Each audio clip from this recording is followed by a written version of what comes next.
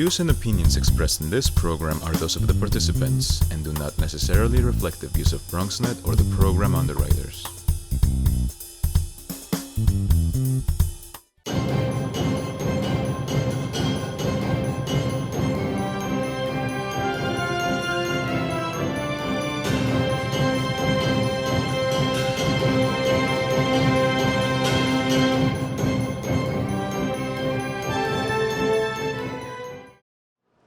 Good morning, everyone. Can I have everyone's attention? We'd like to get started.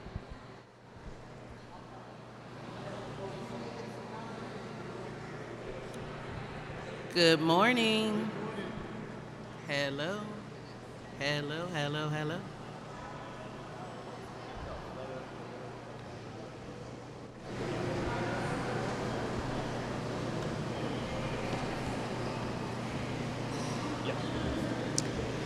Good morning, everyone, and I want to thank everyone for coming today. Another wonderful morning here in the Bronx. Let's begin, as we usually do, with introductions. I am Marika Scott McFadden. It just sounded like the volume went up when I said that. I'm the Deputy Borough President here in the Boogie Down Bronx. And to my left, Tom Lucania, Director of Community Boards.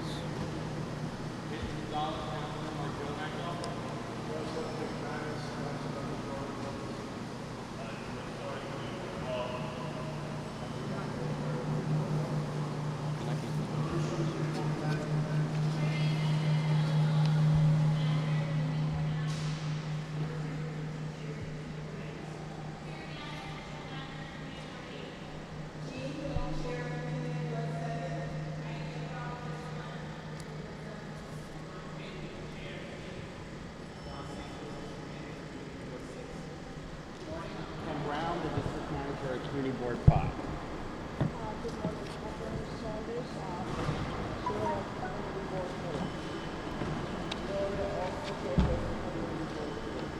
Borough President Chair, Community Board 2.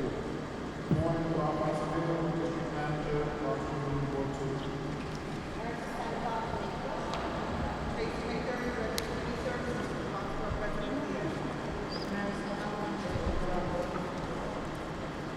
Savio, General Counsel for Borough President Diaz. and here to my right in the audience.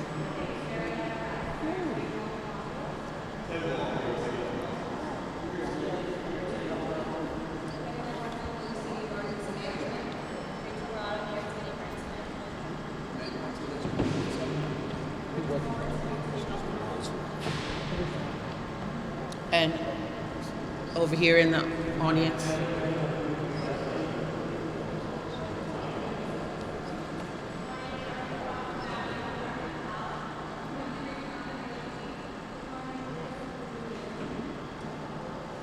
Okay, again, thank you and welcome to everyone in attendance this morning. We'd like to just jump in and get started. So pursuant to Chapter 4, Section 85 and Chapter 69, Section 27006 of the New York City Charter, a joint meeting of the Bronx Borough Service Cabinet and Bronx Borough Board will take place here today, Thursday, June 27, 2019, in the Rotunda at 851 Grand Concourse. And our first presenter that we'll have today is the New York Care's representatives that we heard from earlier, Dr. Ted Long, Vice President of Ambulatory Care, and Marielle Kress, Executive Director of New York City Cares, New York City Health and Hospitals Corporation. So please welcome them, and as they walk to our presenter stage. So this is a very interesting new project, pilot, and I think we'll all get a lot from it. Whenever you're ready. You're going to need to use the microphone, whether you sit or stand. Hi everyone, thank you so much. My name is Mary Ellen. I'm the Executive Director of NYC Care at NYC Care Hospital. And I'm Ted Long, I'm a primary care physician. I should be here in the Bronx to talk about the moment and I'm Vice President of Ambulatory Care at New York City Hospitals. Thank you for having us. So we're here to talk about NYC Care. We're very, very excited. We're launching in the Bronx starting on August 1st, and we're here to give you an update and to get your feedback and your thoughts about how we can be most successful in the Bronx with this program to provide care to people who are ineligible for health insurance in the Bronx. So you may have known that the mayor announced his guaranteed health plan in January. This is an initiative to close the gap for people who don't have health insurance, who are uninsured. There are about 600,000 people in New York who are uninsured. Half of them approximately qualify for health insurance but are unenrolled, and that's the second option here for people who should be enrolled in health insurance who are eligible. And we have a great product called Special Plus, the New York's public option, which is a health plan that has all kinds of different service lines, from Medicaid to the essential plan to marketplace coverage. And so that's one piece of the guaranteed care plan. And the second piece is for people who do not qualify for health insurance, and that's NYC Care. So it's a new healthcare access option through New York City Health and Hospitals facilities. And it is not insurance. We want to make sure that folks understand that. But it is a really comprehensive plan to provide primary care and specialty care and other services to people in the Bronx and across New York City who don't qualify for health insurance. So the sliding fee scale that New York City Health and Hospitals has always had for people without insurance will still be there, but we're really building on that to make a really comprehensive set of services available for people. So we're launching in August in the Bronx. We're really excited. We're here all day and meeting with folks at our facilities later on today in Lincoln. And we'll have a footprint in all 5 boroughs by the end of 2020. So, I talked a little bit about this, but why NYC Care? There's lots of people who don't have insurance. Those people are either ineligible, largely based on their immigration status, or they can't afford health insurance based on the definition included in the Affordable Care Act.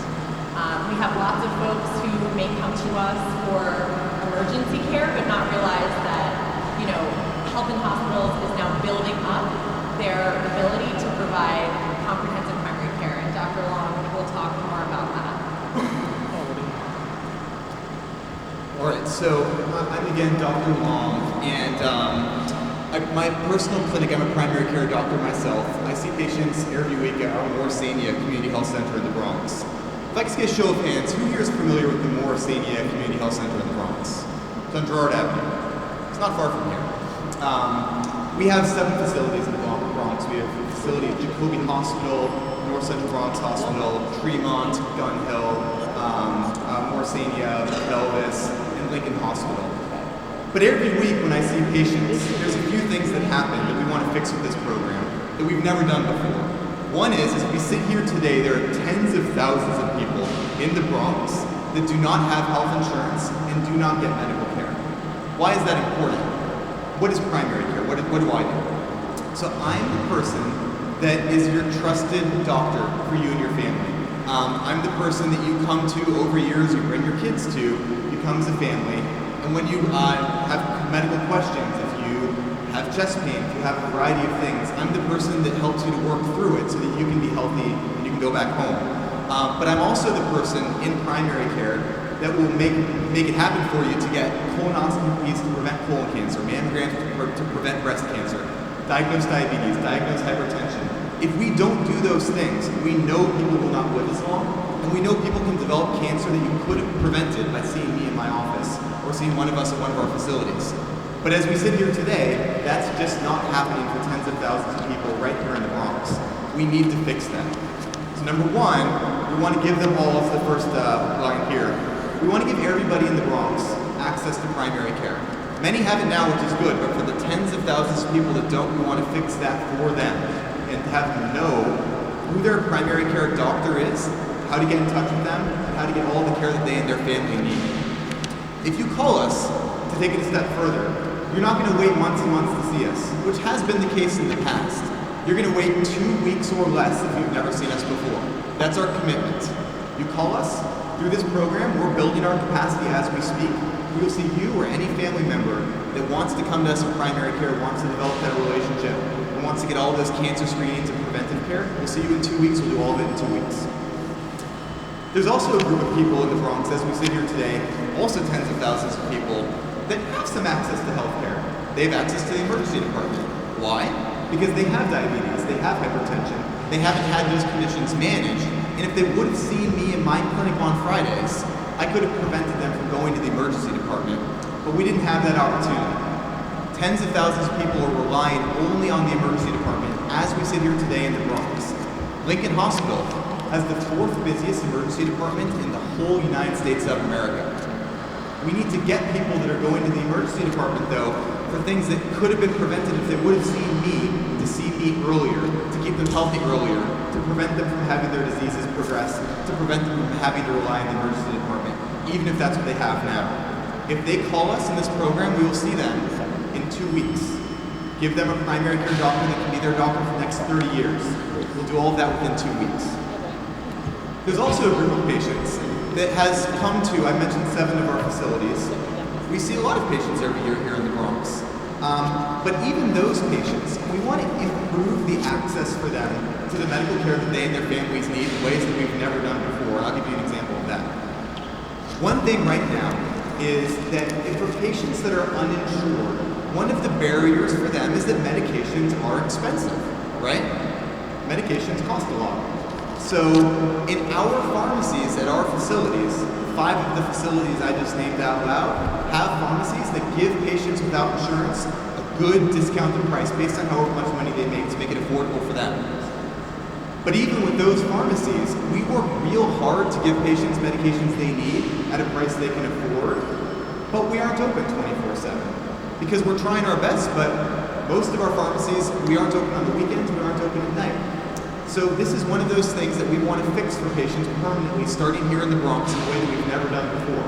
As we sit here today, we're going to commit to, as of August 1st, anybody coming to us that does not have insurance in the Bronx, that lives in New York City, that's a part of this program, can get medications at that good price for them 24 hours a day. So that means that patients that had to go back to work, which happens to me every week when I see patients, who want to come back after work because that's more convenient for them, or after they pick up their kids. Current state, they can't get their medications at the special prices we've done for them. Future state, as of August 1st, they can get it them whenever they need to, whatever makes sense for their lives. We've never done that before. We're going to start it here in the Bronx August 1st. We think it's going to make a big difference. Other things are, right now, and I'm going to go to the next slide to show you a picture of this. Right now, if you come to see me in my clinic or any of our clinics in the Bronx, if you have insurance and you have a question, you have an insurance card, right? The card says what number to call for your question. How do I get to cardiology? What's this copay thing? How do I figure out what care makes sense for me and my family? Right now, if you're uninsured in the Bronx going anywhere, it's real hard to get those questions answered. And let me know if you've heard more feedback from people, but my patients tell me, who do I call if I have a question? And I don't have a great answer for them right now. However, we're going to have a great answer for them August 1st. We've never done this before, this is brand new, but we're setting up a 24/7 call center. With this card as your access to that, gives you the number to call on the back side of this card. So current state, it's hard to get your questions answered. If you're seeing me, you can ask and I'll do my best. But once you leave my office, it's hard to get all the information you need. 24/7, August 1st, you can call this number and you can get all your questions answered if you're uninsured in the Bronx. My patients tell me this will make a big difference to them, but let us know what you think of this. Also on this card, a couple other things to note. We're going to label right there up front and center, your primary care provider. Everybody that's part of this program will know who their trusted doctor is. That's not the case now. It will be the case in this program. Now, on the back side of the card, we don't have the number listed here because we haven't made it public yet, but we're going to make public that number you can call 24/7 to get everything you need, all of your questions answered. And also, we're going to do something we haven't done before too, which is, one of the things my patients tell me is it's sometimes hard to know how much they're going to have to pay to see me, or how much they're going to have to pay to see the cardiologist. It's important for them to know that. My patients want to be able to manage their finances, manage their lives, but it's a little bit of a black box in terms of understanding what they can expect to have to pay, even though we have a heavily discounted rate on a sliding scale in our system now. People want to know. People want to know ahead of time, and they have a right to know. They have a right to healthcare, and they have a right to know what's going to cost them. On this card here, the X's you see here on the left-hand side, we're going to print out, which is going to be different for every patient based on their income, exactly what you as a patient can expect to pay when you come to see me in primary care or see one of our specialists. We haven't done that before, but as of August 1st, when you get this card, you're going to know who your doctor is, you're going to know exactly how much everything costs from your medications, pharmacy, the last row here, to coming to see their primary care doctor or going to see a specialist. We think this is going to help to enable people to feel engaged with their healthcare and to answer them some of those questions that we know have been on people's minds for some time. We're going to fix it. Haven't fixed it before, we're going to fix it in this program. This program is going to bring transparency, much improved access for primary care, for medications in ways we've never even conceived of before, as of August 1st, fundamentally different. So that's what I want to talk about from a clinical perspective today. I'm going to hand it back to Marielle, but then we're happy we'd love to hear any of your feedback on this, and we're happy to answer any questions. So thanks, Ted. So I'm going to talk a little bit about what we're doing to get people enrolled in the program and outreach, and I would love your feedback about how to do this better and who to engage with, and whether you'd like us to come and do this for other groups that you engage with as well. So we are leveraging the investment in the city's Get Covered NYC initiative. We're working with lots of other city agencies and organizations across the city to leverage the enrollment work that's already in place.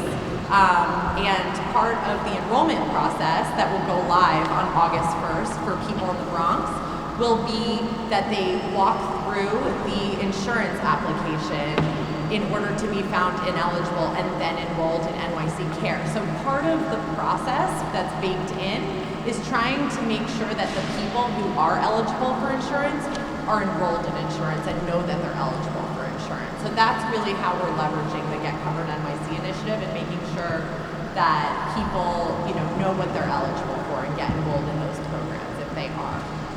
We're undertaking a paid media campaign. This is really exciting for us. We have developed advertisements, messaging campaigns for people to have awareness, get the word out. We're doing ethnic media, WhatsApp, bus shelters, a subway station, taxi TV, you name it. We're going to get our message across and have people know that this access is available to them. They can come and have primary care and dignity in their care with us at health and hospitals. We're conducting targeted outreach in partnership with CBOs.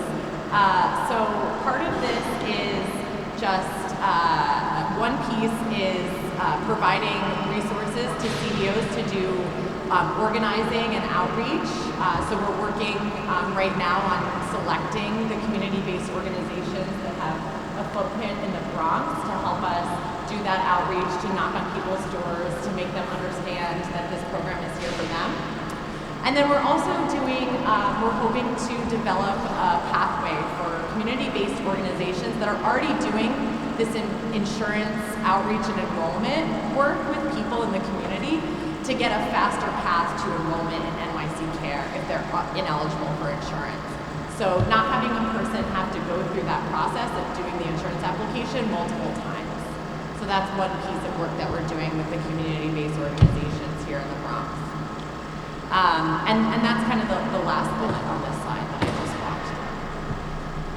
So we just did a lot of talking, but we want to hear from you about how we can partner, what materials you need to get the word out, any questions you may have, considerations for the launch on August 1st, and we really appreciate your time and thank you for having us.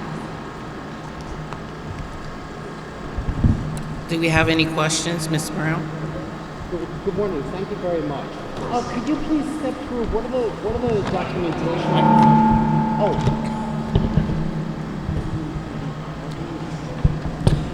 Thank you very much. Could you please step through what are the documentation requirements for eligibility and enrollment? Sure. So the question was about what are the documentation requirements for eligibility and enrollment. So like I mentioned, the enrollment process will leverage the current New York State of Health insurance process. So a person will need the documentation that they would need to walk through the insurance application at the New York State of Health. And then if they are ineligible, if they don't have that documentation, the other eligibility requirement for this program is that a person must live in New York City for the last 6 months. And we are going to accept attestation for that piece of eligibility. So people that are in shelters, formerly incarcerated, that's fine if they get a letter from their provider. Yeah, if they tell us that they've lived in New York for the last 6 months. Thank you. Oh, Mr. McManus.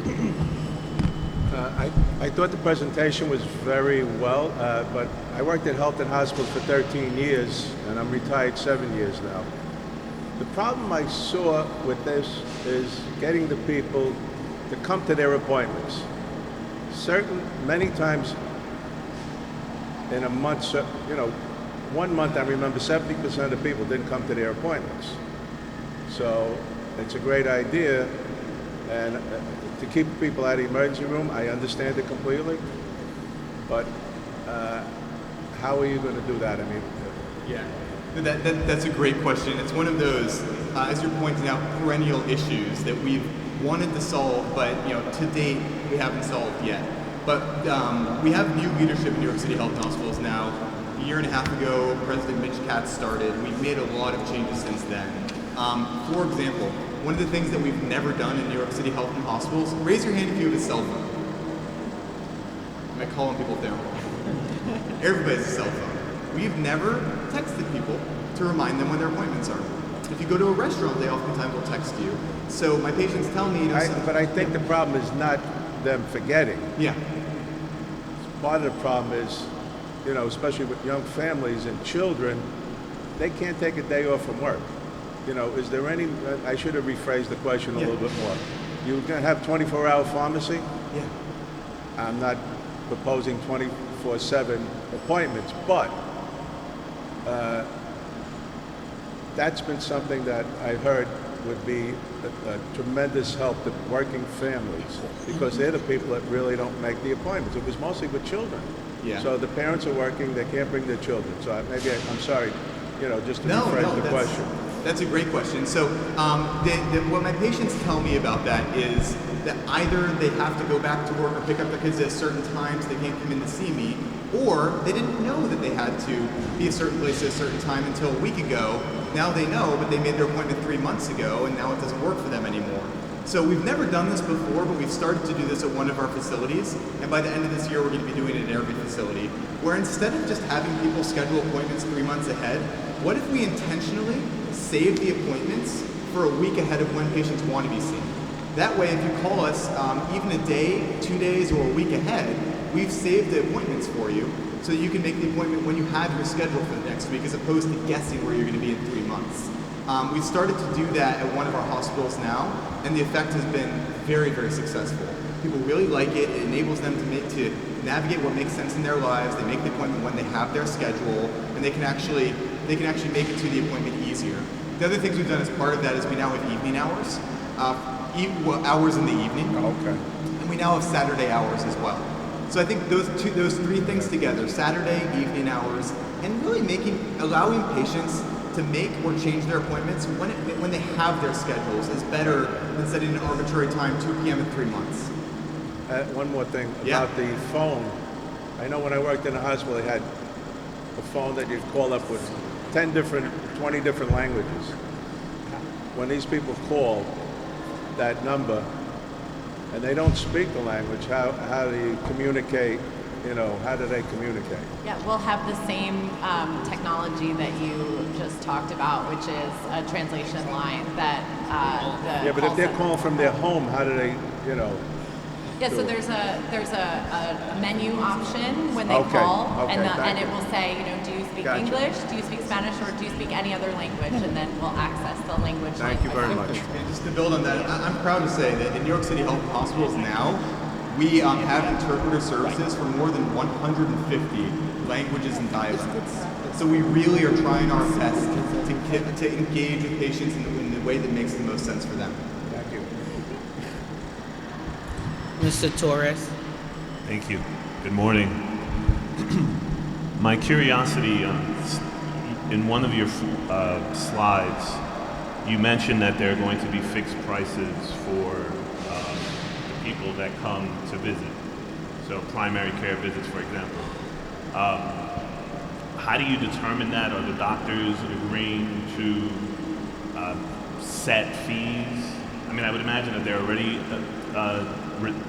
I guess destined to get that amount of money because of Medicaid or whatever the payout is, but how do you determine, or what are those fees going to be? Thank you. And I actually was going to say this in the presentation because this is a question that I get asked a lot. So those fees will be based on the person's income and size of their household, so how many people live in their household.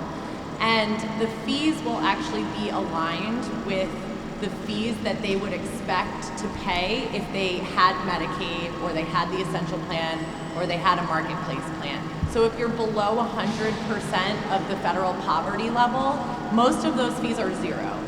If you're in between 100 and 200, I'm making this up, but this is sort of how it works, then it will be $2 or $5. And so those are predetermined based on the person's income when they tell us when they enroll what their income and their household size is. And then we do some magic on the back end to do a calculation to put the $0, $5, $1 fee on the card. And so when they present, this will be the specific amount that the person has to pay. And it will be the same for everybody within that income range. So I think that this is all very laudable, and I'm as progressive as they come, but I am a city employee as well. I have 2 young boys, teenagers. One is diabetic on an insulin pump, and the other has asthma. The reason I raise this is because as a city, we don't have our house in order. And yet, here we have a program, as laudable as it is, and I can see the beauty of it, because you don't want poor people or people to make decisions based on affordability. You have city employees that make decisions based on affordability. I am hard of hearing. Hearing aids cost $5,000. I can't afford it because my wife's union, DC 37, only gives her a $400 allowance. So are city employees going to be able to sign up for this?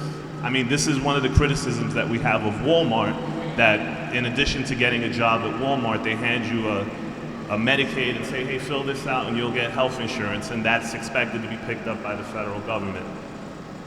Again, I always shrug my shoulders, and as a middle-class person, this is the sort of resentment that I feel, I don't want to speak for anybody else, that I feel when I see I have to pay $20 for a doctor's visit, $30 if I see a specialist. I have to pay for the lab work, that's another $15 or $10. God forbid I go for an emergency care, that's a $50 visit. If I have an overnight stay, that's $250 out of my pocket.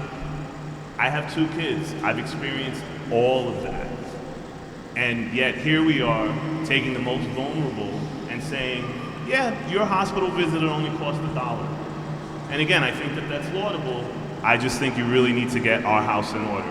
Because right now, when the city negotiates their contracts, they're trying to extract savings from the unions, yet here we are giving it away, those savings, to somebody else. I want to thank you, George, for your impassioned statement. I'm not sure that our presenters are ready to speak to those. this is not aimed at you, but this is aimed at having those conversations because, again, this is a very laudable program. Just like Thrive NYC was a laudable program. We wasted $250 million last year. I don't even know what this program costs, but I'm sure that when we review it next year, there'll be some deficiencies that we're going to talk about. Just to give you a very quick response there, we can't speak to the city issues. Your points, we hear them. Doctor. But what I can say is, in all seriousness, we'd love to take care of your boys if you want to bring them by. We deliver world-class care. I can see them myself. Please let us know. We'd love to take care of you. Well, there you go. Are there any other questions, comments, concerns? Thank you, Madam Deputy. Good morning. You started the presentation by mentioning Lincoln Hospital in particular about emergency room visits. So my question is geared more towards trying to decrease the amount of emergency room visits, right? So where is the funding coming from this? And how are you going to gauge that you're going to decrease emergency room visits by the effectiveness of this program? Yeah, I'm very excited about this question because this is really the crux of the whole thing. There are so many reasons why patients are going to the emergency department for things that could have been prevented if they would have gotten preventive care in the first place. I'm very passionate about this. Right. The way we're going to gauge that is we're going to look at measures of quality for how often they're going to the emergency department now, and if we bring them into primary care, give them the preventive care that they and their families need if they go to the emergency department less often. I am thoroughly convinced that they will. This has been studied, gives them the access to good primary care. They don't have to go to the emergency room. Right. We just haven't done it here yet. We need to do it. So that's why we're excited about this program. So we want to have them be seen in primary care so they don't have to go to the emergency room. Right. In terms of how the program is being funded, the program is being funded by the city to take care of the new patients that we haven't taken care of before, the uninsured patients that we'd enroll in the program. So, a lot of uninsured patients, like I said, go to the emergency department today. They might not have to if they just saw us for primary care in the first place. That's what we want to fix. I agree. It's the right I question. agree. A follow-up question. Have you identified these high users of emergency rooms that do not have insurance? Absolutely.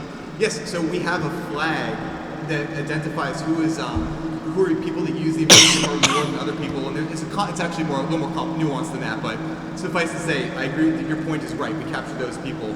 What they don't have is they don't have primary care, so we want to actually be very intentional here to figure out what they need for us to connect them to primary care.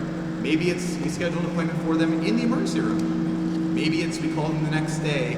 Maybe it's we tell them what primary care is. I think it's a complicated question, but it's the question we need to answer. In this program, that's how we're going to see if we've been able to really move the needle. If people are coming to primary care so they don't have to get sick to go to the emergency room. Right. So what tools of engagement are you going to use once you identify these high utilizers? How are you going to engage with them? So right now, if you go to the emergency departments, there is an effort to make an appointment in primary care with you, but a better way to do that would be to build out a care management system where we know we have somebody that goes up to you in the emergency department, sees how you're doing, sees what's going on with you. And actually, again, it's not an outside of the box thought to say, what if they made an appointment right then and there with the phone? I mean, we can do that. So the thing that this program does is it gives us the emphasis on bringing everybody into primary care. So that we can do things like schedule appointments right away because we are going to build our capacity to see everybody in 2 weeks. That wasn't possible before, but this program makes it possible now to actually get people into primary care. Okay. Your questions are all right on. All right. Good luck. Good luck Thank with you. it. Yes, it's all.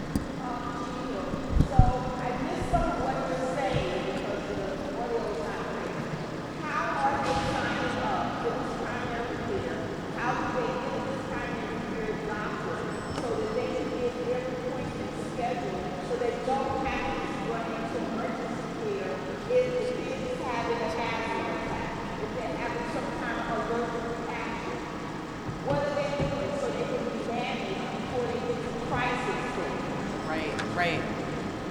So Ted talked about the 24-hour customer service line, and that is the portal into getting people enrolled in this program.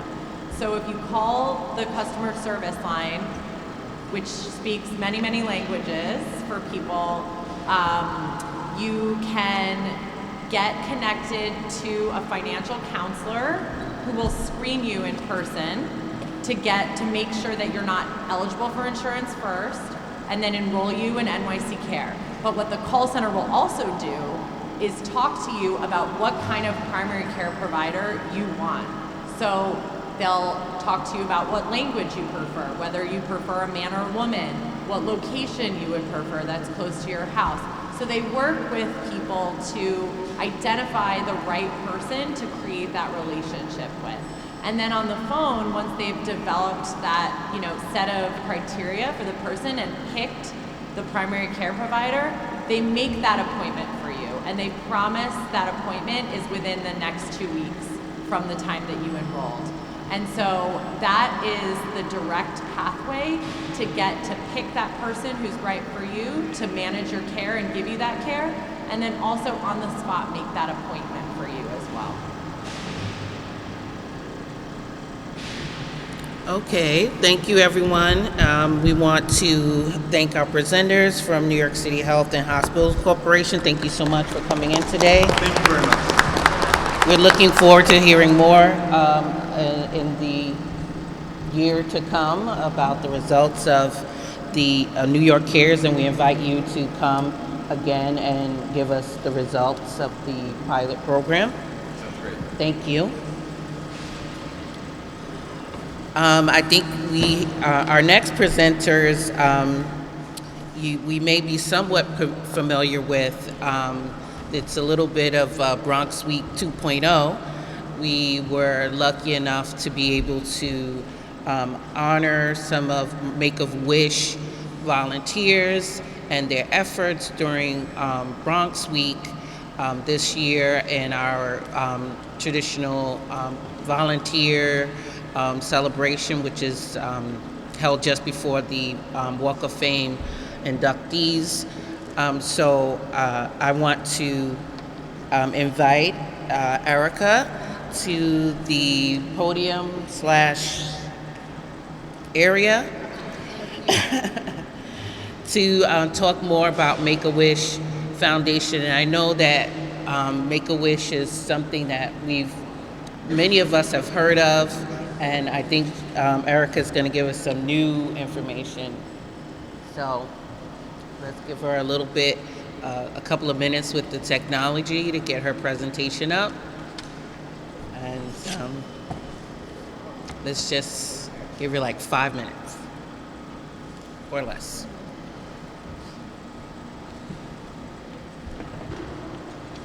Thank you. I'd like to thank the Borough President for all of his support and his whole team. Thank you very much. We have been very honored and privileged to be in the Bronx with the leaders of the Bronx and really ensuring that our kids get the wishes that they so deserve during a very difficult time. My name is Erica Sandoval. I'm the Director of Medical, Volunteer, and Community Engagement for Make-A-Wish Metro New York. We do have slides printed out, so please feel free to follow along. Today I'd like to share a little bit about our mission. I'm going to show a short video. I will also want to give you information on how you also can be a part of granting wishes for our kids in the Bronx and the volunteer process. And I want to give you a couple of stories, some really success stories that come from kids in the Bronx that recently had their wishes granted. Our mission has changed. Prior to this, it was we would grant wishes to kids with terminal illness. Then it changed to we grant wishes to kids with life-threatening illness. And now we're creating life-changing wishes to kids with critical illness. The reason for this is that there has been advancements in medicine, so our kids are living longer, fulfilling lives, which is amazing. And we really wanted to ensure that all of our kids that are identified are being deemed eligible for a wish. And the misconception has been that it's only for kids with cancer, it's only for kids with terminal illness, and that's not the case. It's for kids that are going through a very difficult time, that are going through surgeries, organ transplants. Yes, cancers are definitely one of our top symptoms diseases that kids are having that we grant wishes to. And unfortunately, kids in the Bronx are identified a lot more because of the disparities that there are in the different boroughs. And we are partnered with Montefiore Health System, which is one of our top referring hospitals that treats our kids. So guess what? We have more kids in the Bronx that are deemed eligible for wishes. Thus, we need more volunteers. The misconception also has been is that staff grants wishes. So once the kid is identified and they are deemed eligible, the thought was that kids would then be interviewed by Make-A-Wish staff, and that's not the case. It's actually volunteers within the community of where they live. Volunteers that can go into the bedside of the hospitals or visit them at their home and really explore what the wish would be. I'm going to show a short video of a really, really amazing wish.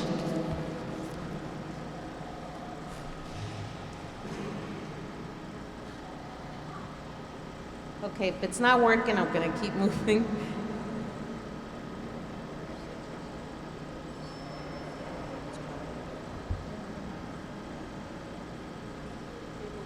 I'm not sure if it's going to work due to Wi-Fi, but I'll tell you the story. There was two kids that were in an adoptive agency in China, and one of them was adopted to parents in the U.S. When he reached the U.S., he had surgery for a very, very, very difficult cardiac condition. When he was identified for a wish, 3 years later, his wish was to go to a Disney cruise. But he didn't just wish to go on a Disney cruise. He wanted to be reunited with his friend, his partner from China that was also in the agency. And the wish was granted. And they reunited after 4 years. And the impact that had on him and the family and the community and the other child was amazing. This is how thoughtful our kids are when they're thinking about wishes. They're thinking about things that they are wanting and needing and that can impact them in a positive way.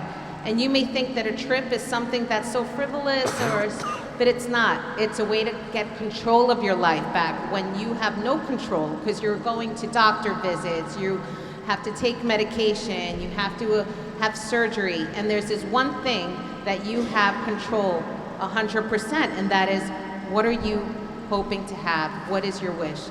And that's the beauty of it. It helps them build confidence. It helps their self-esteem.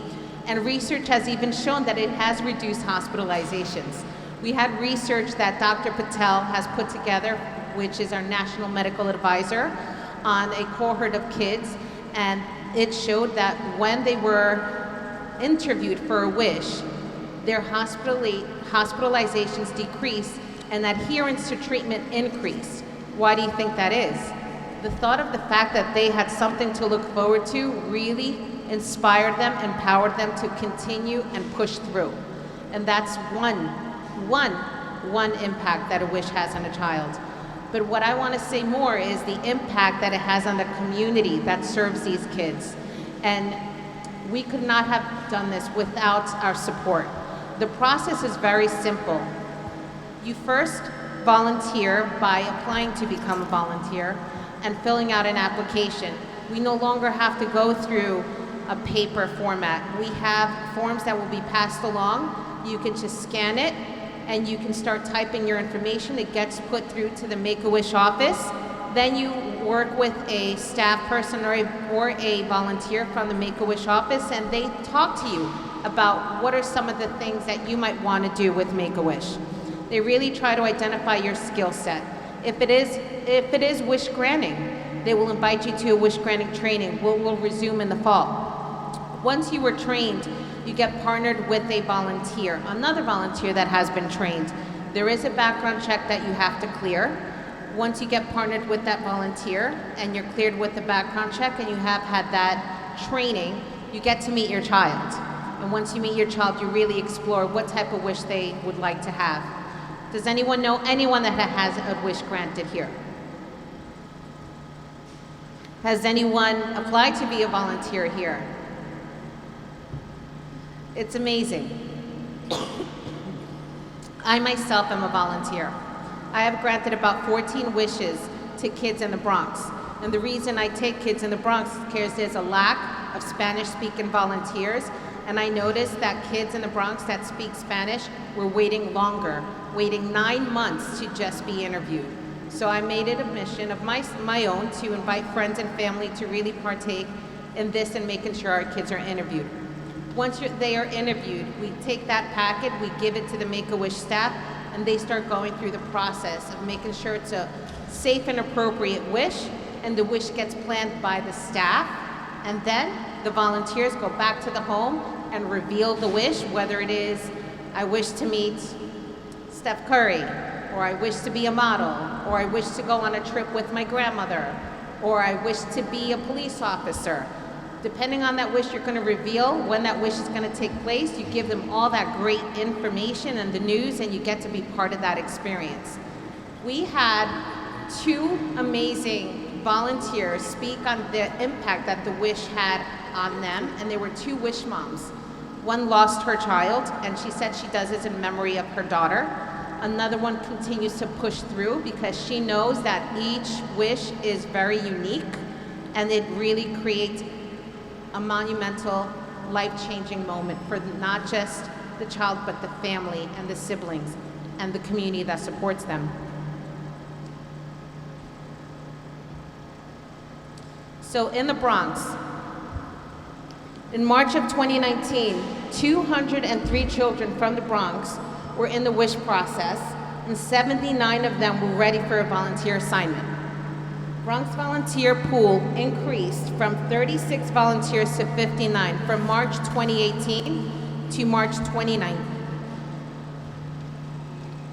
Currently, there's 185 children from the Bronx that are in a WISH process. That means they're either referred, deemed eligible, ready to be assigned to volunteer, or even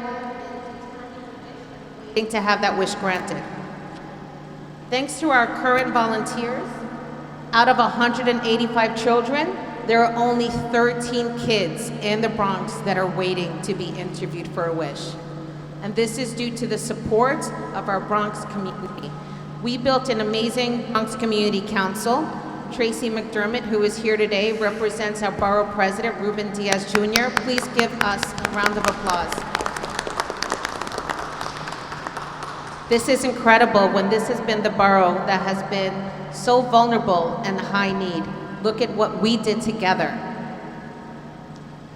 So we know the numbers. From March now, 2019, 79 Bronx kids were waiting for volunteer assignment. June, as of today, there are 13 kids that are waiting for volunteers. So what I'm saying now is I'm challenging and I'm asking and I'm pleading with all of you to still get involved, because we have 71 kids that are in referred status and also deemed eligible. So we still have kids that are being referred to Make-A-Wish. Why is that? Kids are still not doing well. Kids have critical illness. Though our kids have been served that have been waiting, we continue to reach more kids. They're still in need of volunteers. So our goal is, by 2020, is to have 100 Bronx volunteers of diverse communities, diverse boards, diverse languages, so no kid ever waits in the Bronx to have a wish granted. This is a picture of our Bronx Community Council. We had a wonderful event during Bronx Week where we honored them and introduced them to our volunteers. This is a picture of one of our kids that recently go my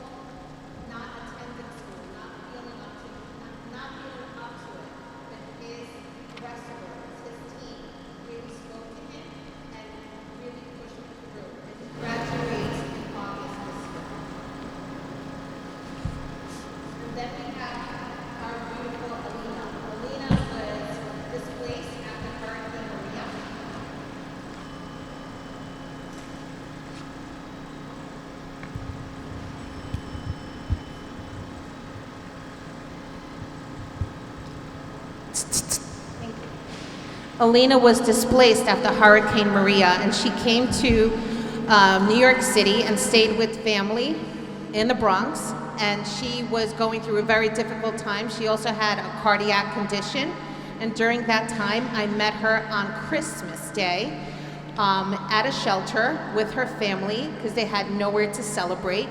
And I was volunteering that day, and her mom told me that she was in the process of having a wish granted in Puerto Rico, but the chapter in Puerto Rico was dismantled, and they were not able to grant her wish.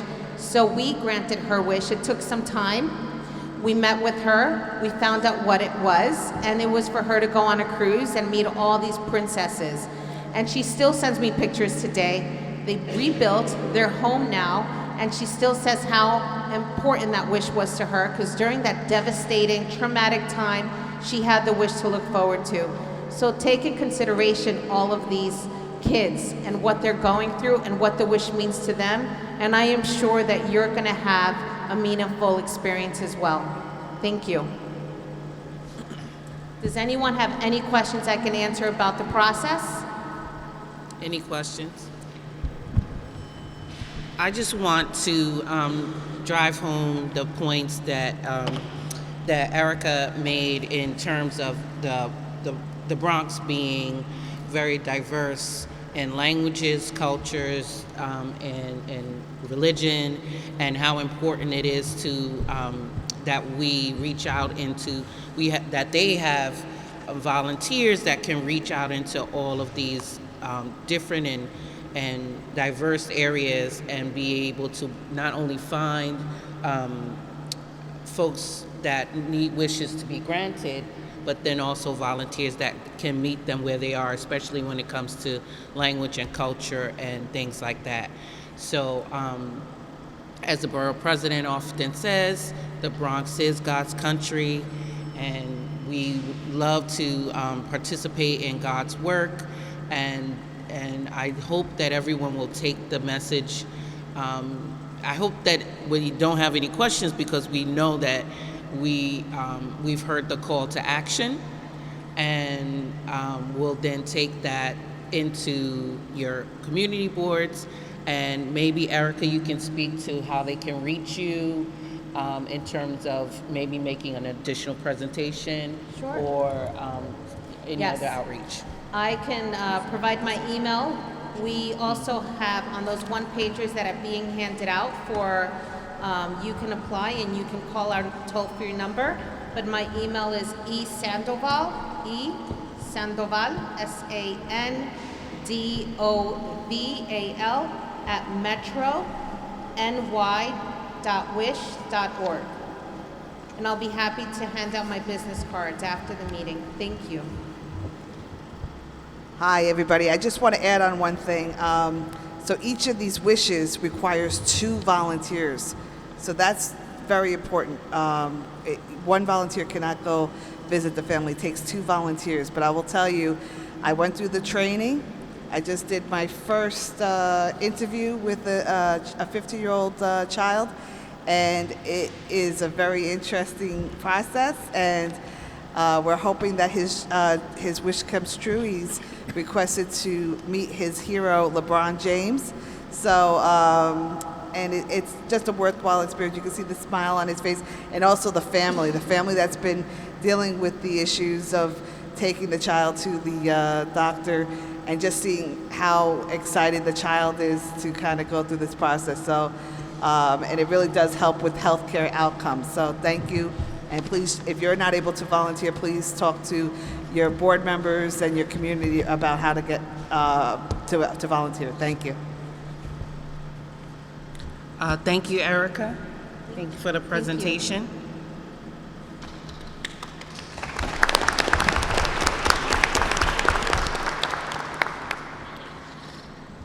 So we have another bit of a business, which again I'm calling Bronx Week 2.0.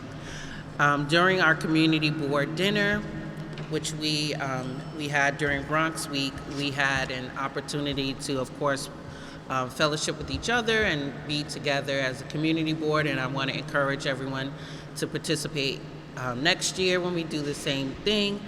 But we also had an opportunity to honor and celebrate our women community board chairs. So all of the women who had community boards, which at the time we had six. We had eight. No, six. Why does that say eight? Oh, okay. Well, I'm gonna get it together. I wasn't a math major, but we had six women, which represented 50% of our board chairs, which we were awesome and happy to have that number. And unfortunately, one of our chairwomen was not able to be at the dinner, but we promised that we would have the opportunity to present this to her today. So this proclamation is in honor of Chairwoman Kathleen Saunders. And Ms. Saunders was appointed to Community Board 4 in 2003 and became chairwoman in 2013. Ms. Saunders is a retired administrator at a telephone company, a longtime Concourse Village resident, and has in the past served as president of the Co-op Board and Co-op's Board of Directors. So we know that she has a wonderful, wonderful history in the community, and we know that she will continue to serve the community. Please come up and get your proclamation.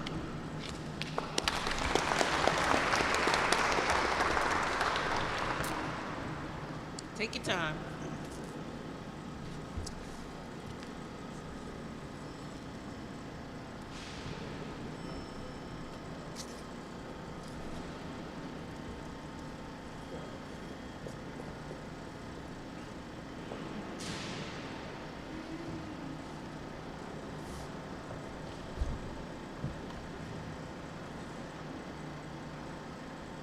Oh, sure.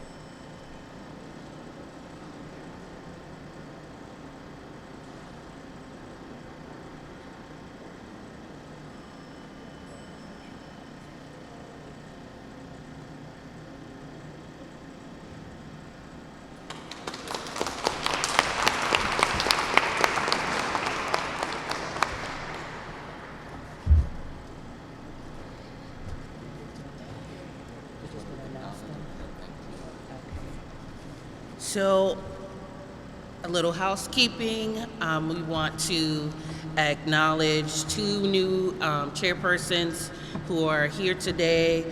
Community Board 7's Emmanuel Martinez. Please stand. And Community Board 10, Mr. Joe Russo.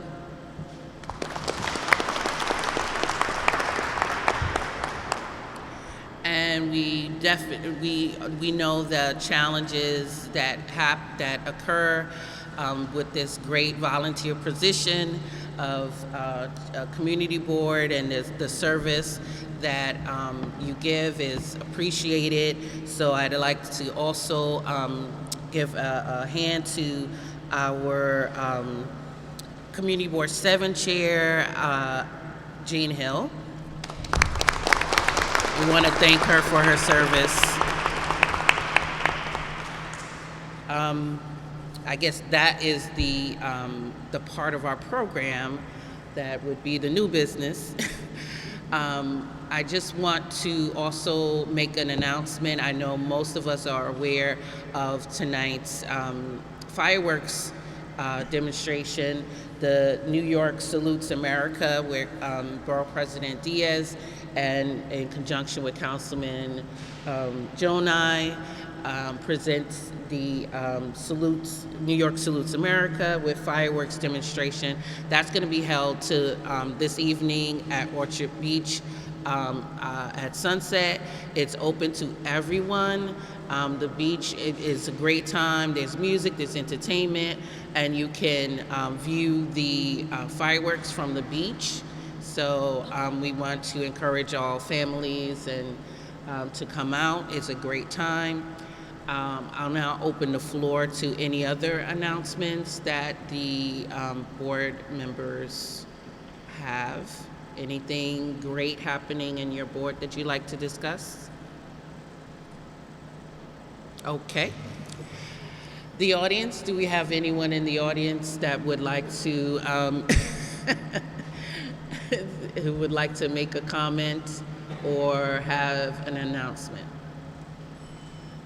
Okay, I see it's summertime. Everybody's looking to move ahead to their summer plans for this afternoon. So I will adjourn this meeting. I thank you so much for coming. And our next meeting will be July 10th, 2019, which is a little different from our usual schedule.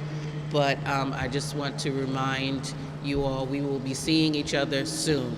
July 10th is the next meeting. Okay, thank you so much. Thank you for coming. Travel safe. For those that are coming to the